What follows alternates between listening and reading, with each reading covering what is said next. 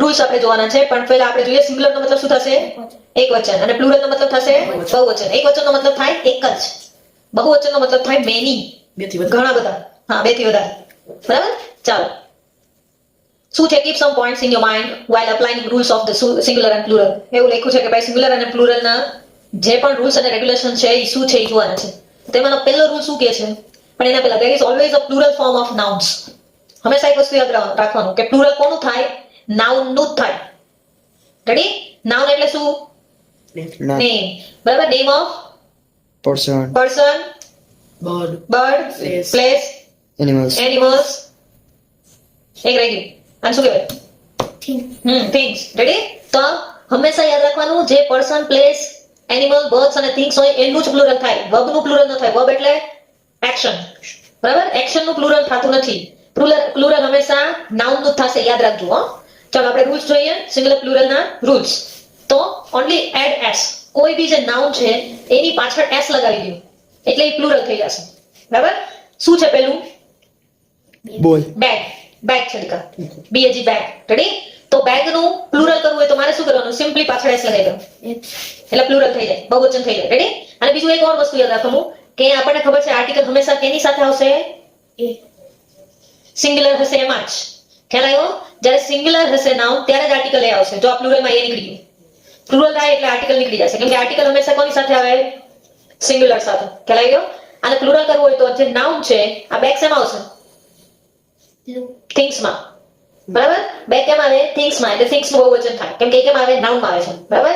Things માં. Yes, things માં આવે છે એટલે ઈ એસ પાછળ લાગ્યું. પહેલો રૂલ ખબર પડી ગઈ? ચલો બીજું શું છે વાંચો. A cat. રેડી? અને બહુ બધી કેટ હોય તો એક જ ડોગ હોય તો અ ડોગ.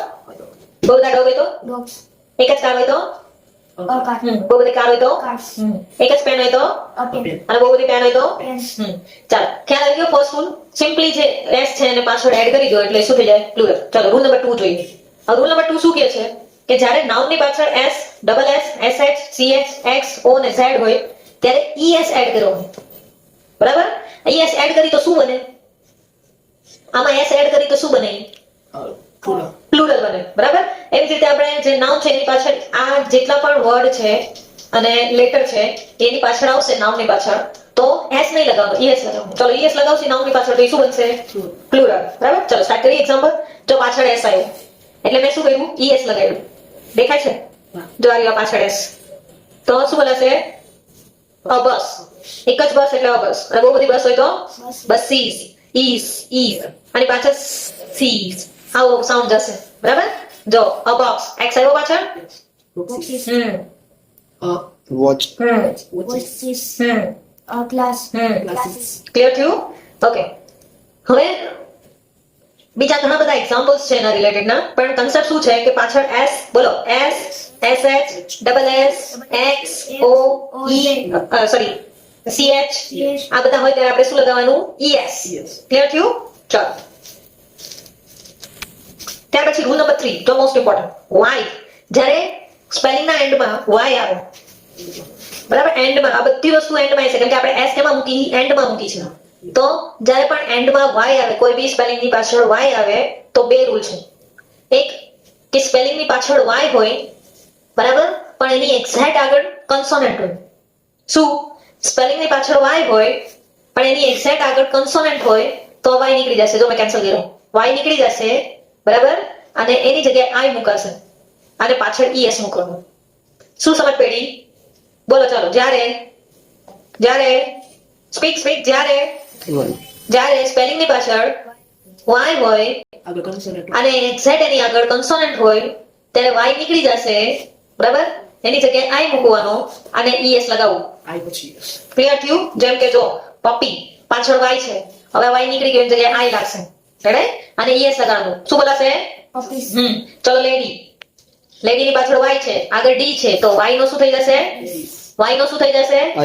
આઈ અને ઈએસ લગાડવાનું. રેડી? ચાલો પછી હું પાર્ટી. તો પાર્ટી ની પાછળ વાય છે, આગળ ટી છે તો વાય શું થશે?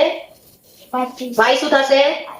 વાય નો આઈ થઈ જશે અને પછી શું લગાવવાનું? ઈએસ. ચલો બેરી વાય છે, વાય ની આગળ કન્સોનન્ટ આર છે તો વાય શું થશે? આઈ બની જશે. બરાબર? એ નીકળી જશે એની જગ્યાએ આઈ આવશે અને ઈએસ લગાડો. ચલો પેની વાય નીકળી જશે એની જગ્યાએ આઈ અને યસ. એટલે આ રીતે પ્લુરલ થશે. ખ્યાલ આવી ગયો?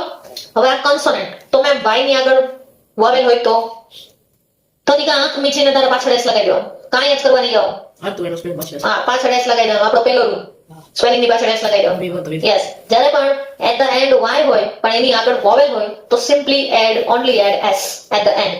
Ready? Twice. Key, keys. Day, Days. days.